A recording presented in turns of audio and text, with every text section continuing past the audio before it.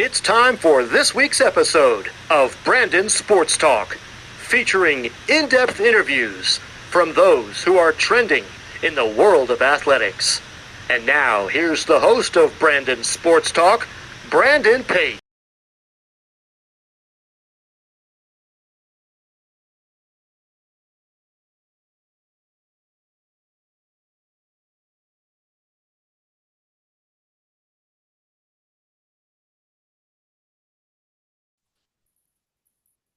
Welcome back to Brandon Sports Talk. In today's episode, I have the privilege of interviewing the Fitchburg State's assistant men's ice hockey coach, Coach Chris Kyne.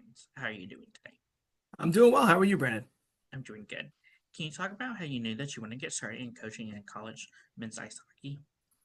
Yeah, I mean, I played hockey my whole life. I really loved it. And yeah, I coached a little bit at the high school level in South Carolina, and I really love the idea of coaching at the college level because you have an ability to kind of help create a team. You have to do a lot of recruiting that goes into it, and for me, that was also would be a great place for me to learn from veteran coaches that have been around for a long time, and I could just learn a lot about the game that I love. So I always had dreamed about coaching at the college level, and fortunately, the opportunity came up at Fitchburg, and I was able to grab that. What was that experience like getting to play with Connecticut Whales? Well, junior hockey, particularly back in the 90s, was a different time. It's certainly nothing like what junior hockey is now. There's a lot of fighting, and it was kind of like the Wild West. But it was a lot of fun. We got to do a lot of traveling, and that's kind of how I ended my career was in the junior hockey ranks, and then I went on to coaching from there. And I had a lot of fun. I remember the guys. Remember the coaches, and that's part of why I think we all love the game of hockey.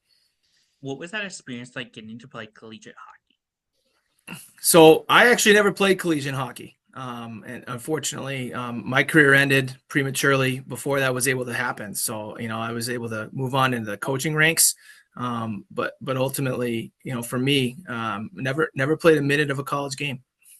What was that experience like coming into the coaching ranks and getting started in your coaching journey?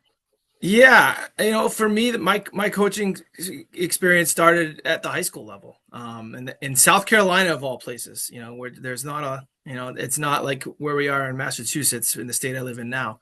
But ultimately, you learn a lot no matter what you do. I coach at a lot of different levels now, whether it be learn to skate or mite hockey, squirt hockey, now pee wee hockey, high school, college.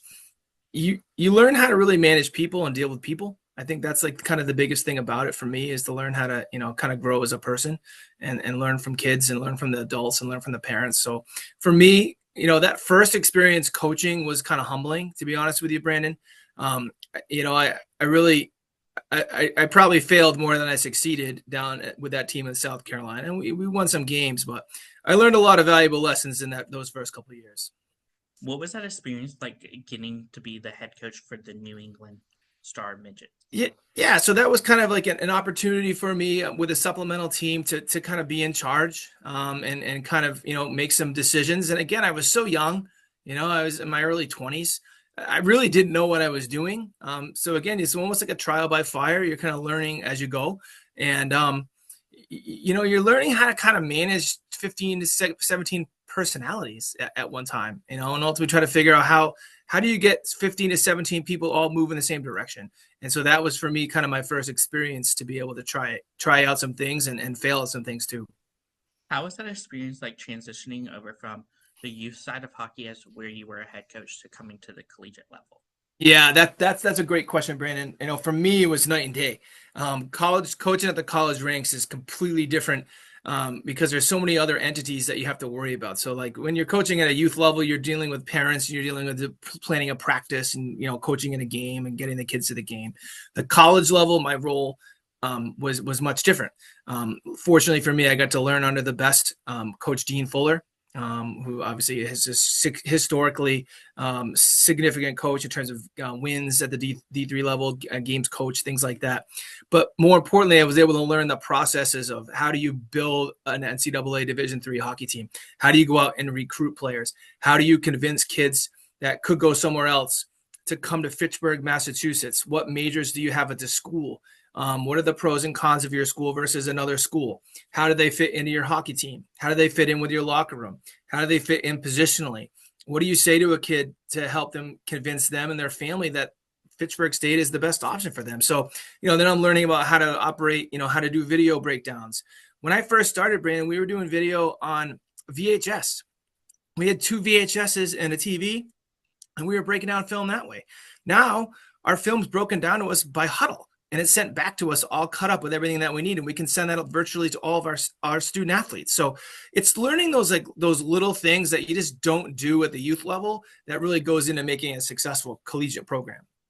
What was that feeling like for you becoming the assistant coach and getting to step onto that ice as a coach? Oh, it was awesome, Brandon. It was I applied for the job in like a USA Hockey magazine or a junior hockey magazine. I forget what it was, and I interviewed with Coach Fuller in the Civic Center, and he said, I told him at the time, I said, I'm going to be the hardest working guy that you have. I did not play college hockey, so I wasn't able to rely upon that experience, but I knew I could recruit. And I knew I could convince kids that Fitchburg State would be a place where they could come and grow and get an education, learn how to play the game, and have a lot of success. I mean, Coach Fuller has built a dynamite program at Fitchburg that's been successful year after year.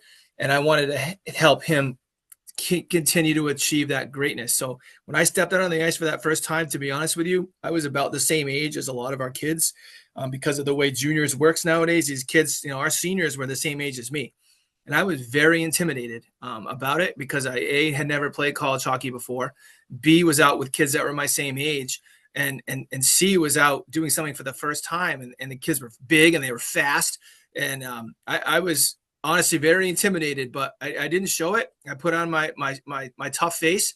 I got after it, and I listened a lot and figured out what I needed to do to be successful. Of course, as you talked about that, what was that transition like with kids your own age when you first were starting or earning that respect? Yeah. I mean, you're wondering, are these kids going to respect me? Like what's my hockey background look like? My resume was probably not as strong as some others. So how do I differentiate myself as a coach? I think you start by trying to earn the respect of your players. You can't be pushed over, but you also have to, be accommodating and listen to what they're asking for. In my first years, I really saw my role as a conduit between myself and the elder coaches on the team because I was close in age to those players. There was some built-in trust just because I was a little bit younger. That, of course, there's a fine line there. You don't want to, violate that trust either. I did a lot of listening. And then when I felt there was a need to tell Coach Fuller or Coach McPherson at the time something that I had heard that might help us or maybe push us in the right direction, I gained trust in the players and was able to kind of do that. So, yeah, that was probably the hardest part for me, Brandon, was kind of figure out, well, what's my role on this team? I knew what my role was away from the ice. That was recruiting really good hockey players. But particularly in practice and in the locker room, day to day, that was probably the hardest thing for me to do, was to kind of figure out how did I kind of fit in? What do they need from me? Can you talk about, of course, the coaches that you've helped to build for the Fitchburg program? Yeah, in terms of the coaches that I've coached with? The culture that you've helped to build. Oh, the culture. I'm sorry. Yeah, I mean, well, I certainly would say the culture stems from Coach Dean Fuller. It's a winning culture. It's a culture built on a lot of hard work, a lot of dedication. I played a small part in that, and it was my job when I walked in that building every day to make sure I upheld the culture that had been built by Coach Fuller, Coach McPherson, and all the coaches that came before me. And that was principled young men that do the right things, that act the right way on campus, that, are fine, upstanding citizens. They show up to the rink on time. They work hard. They go out and play in games. They follow all the rules. They hit the weight room, all the things that go into building a culture. I was just there to make sure that I was part of it. For me, when I want to go out recruiting, I needed to find young men that would fit that bill. Student athletes that would come in and that wouldn't rock the boat. They would be able to accept kind of the captains and the student leaders that were on the team and the coaching and be part of that. So like, that's kind of how I felt. Like, how do I help build the culture at Fitchburg State? Well, Coach Fuller needs me to go out and help find players that are going to come in and kind of add to what we have. So that's asking the right questions. When I'm recruiting a player, I'm not just looking at how hard their slap shot is or how skilled they are. How I'm looking at, well, what is their makeup? What's their DNA like in terms of what they are? Are they a good teammate? All those little things go into making it a really strong team culture. Who are some of the teams in your conference that you compete against? Yeah, so we have some really strong teams in our conference. Plymouth State has been kind of the bell cow of our conference in the MASCAC for the past, I would say, about 10 years. Salem State historically has been a very strong program. UMass Dartmouth has been another historically strong program. And then you have some like newer squads, like Westfield State came in maybe like 15 years ago. They reignited their their Division III program, coming out of the club ranks. Framingham State's been around for a while. And now we have like some newer teams. So you're seeing like UMass, Dartmouth, and Plymouth State are going to be pulling away from the conference next year. So we've added like Rivier as a new team. Anna Maria has come as a new team. We've always had Worcester State. I mean, the cool thing about our conference, Brandon, is like the proximity of all of our schools, because we're in the hockey hotbed of the East Coast. We're in Massachusetts. So we have all these different schools, and they're a half hour or an hour, a little over an hour away. And you have some great rivalries that are built, within our conference. What is that home game atmosphere like when teams like Anna Marie comes to home versus going to Worcester State? Yeah, so really, if we're winning, people want to see a winner, and if we're being successful on the ice, then more kids come. I mean, kids have a choice. They have to leave their dorms or their apartments and come to the Civic Center. It's on campus. We typically have a really good home environment, and a strong history of success. You go on the road. Some environments are more intimidating than others. I mean, Plymouth State typically will have a packed house when you go play them, and they're pretty rowdy. So it really just kind of depends. I mean, Anna Maria, you go play them, you got to play them down at Horgan Arena in Auburn, and it's a small state rink, and the kids are right on top of you.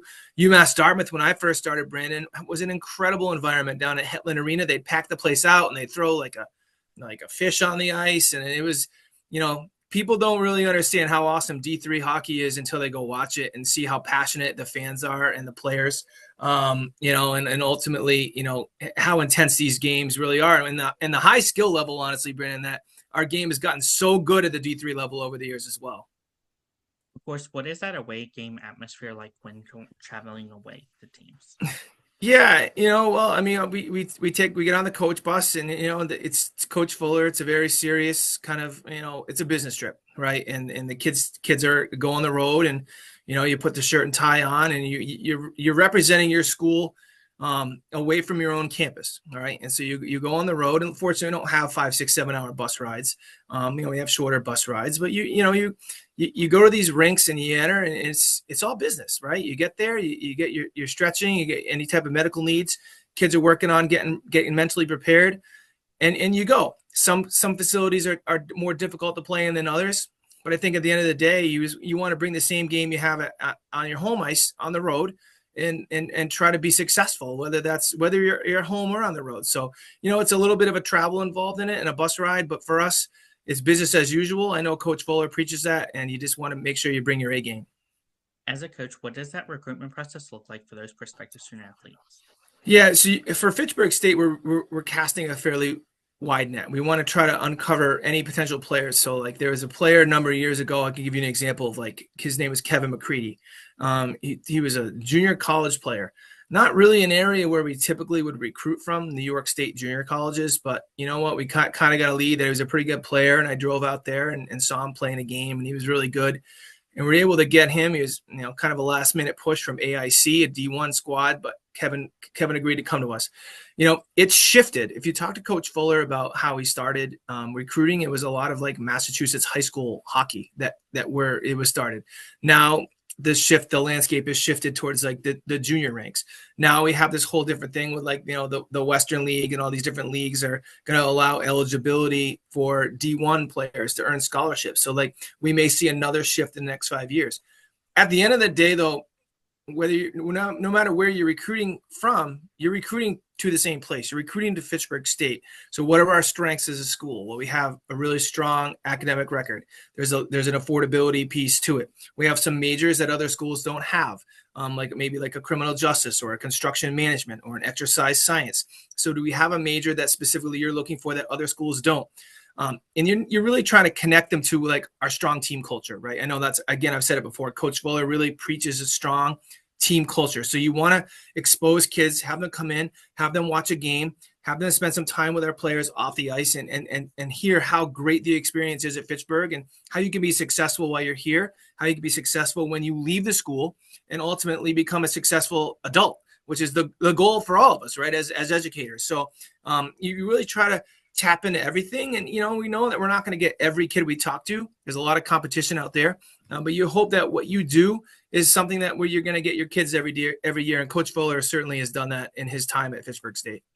As an assistant coach, what is it like seeing those freshmen put on that Fitchburg State uniform for the first time? It's fun. You spend a lot of time, Brandon, recruiting these kids, right? And you pour a lot of, and as I mentioned in our kind of pre-chat emails, I'm not as involved in the day-to-day recruiting as the guys are now, as Coach Patty and those guys. So, but when I was doing it for real, full time, you put a lot of time into trying to convince a kid to come to your school, right? And when they decide that they do want to come to your school, it's a proud moment for you as a coach and a relieving moment for you as a coaching staff. And then you see them come in the fall and you see them put that jersey on. It's a practice jersey to start. And then it's obviously a game jersey. You're really connected to these kids. It's not, an easy process from start to finish. So yeah, that's a kind of a neat moment to see a kid compete and, how is he going to look against our guys? Because you've recruited the kid, you've seen him play against other players in other leagues, against other teams, and now you've taken that kid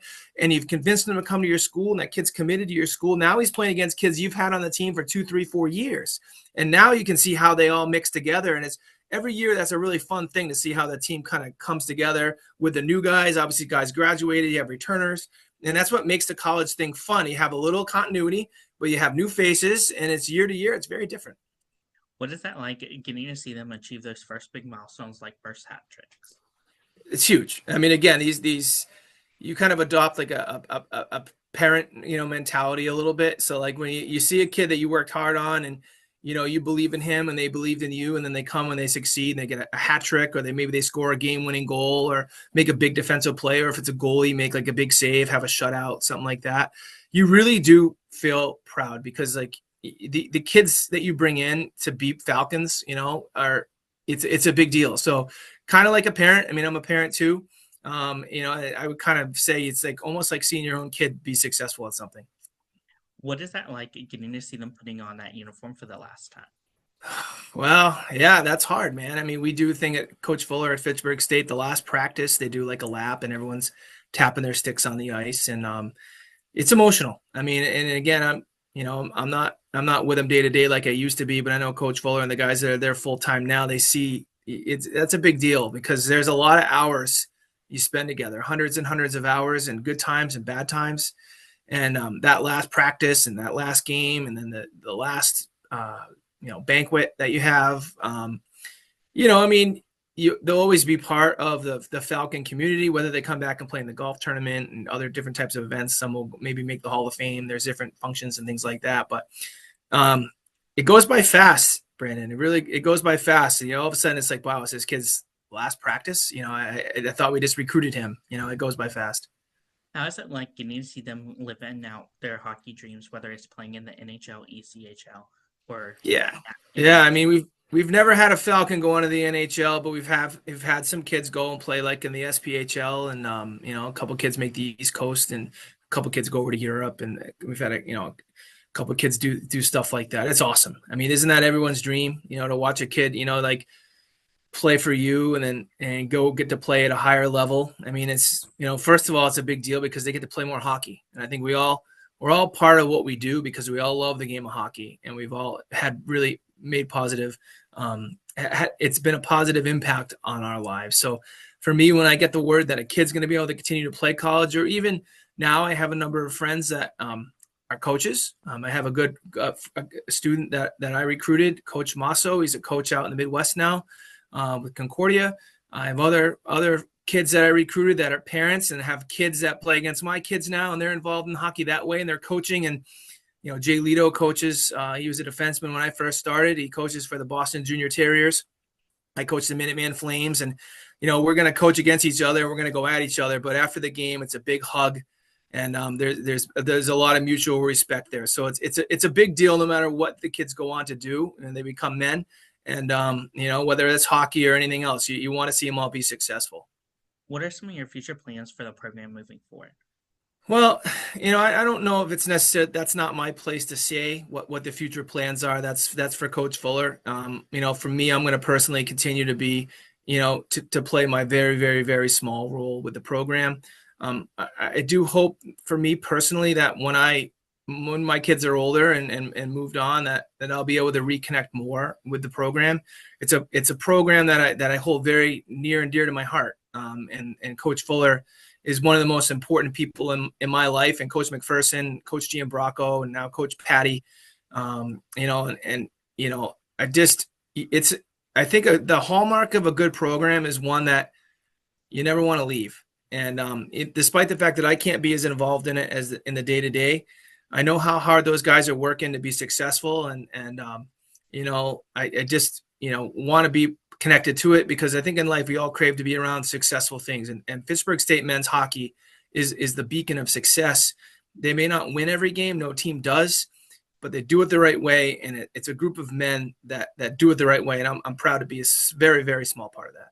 What advice would you give those incoming freshmen entering their first year of college hockey? It's tough, man. It's not the junior leagues. And I say that with all seriousness. These are grown men you're playing against. You grew up playing junior hockey against, teenagers and things like that. There's some real men that play in our league, and anyone that doesn't believe that should go watch a Division III game or a Division I game. I mean, they're all good.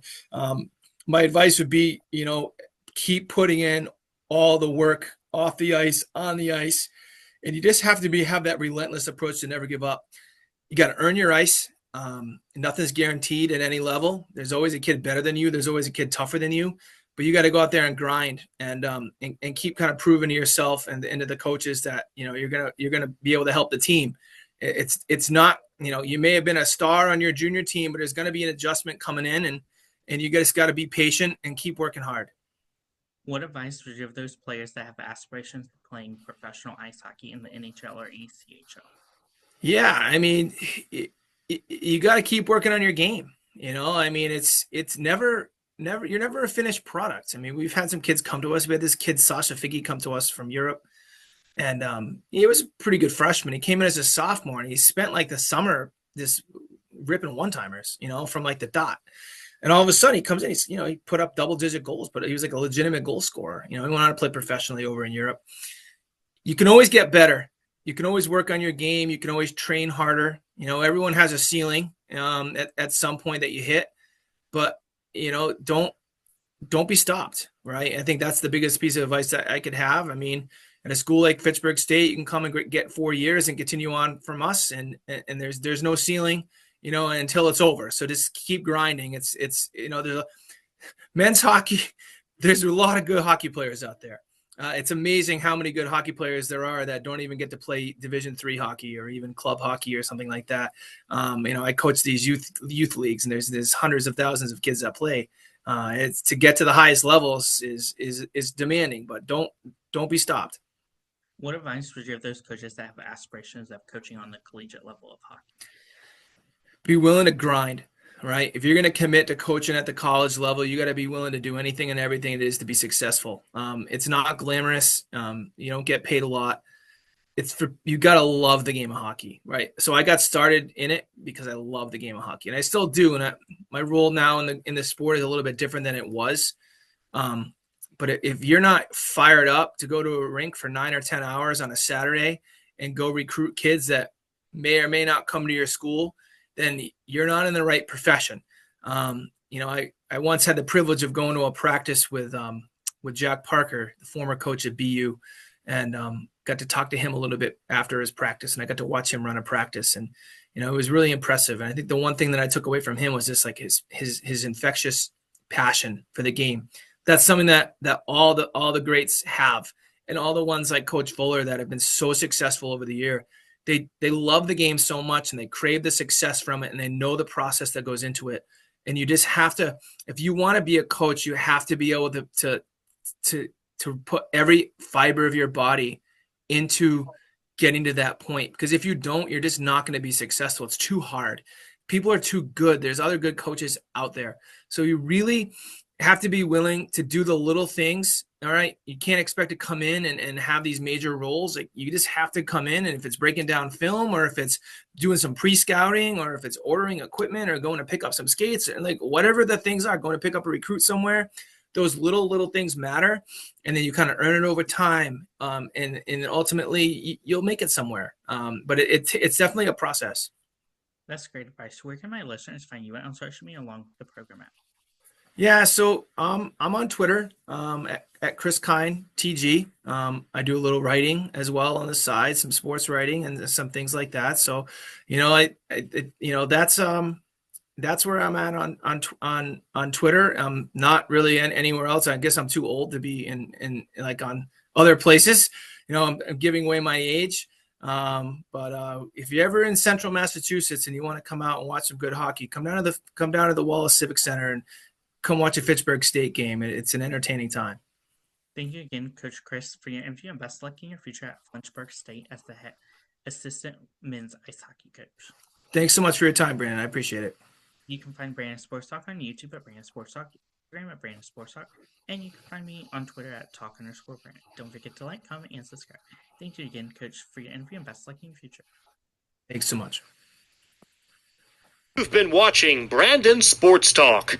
Please feel free to like, share, and subscribe to Brandon Sports Talk on social media and on YouTube.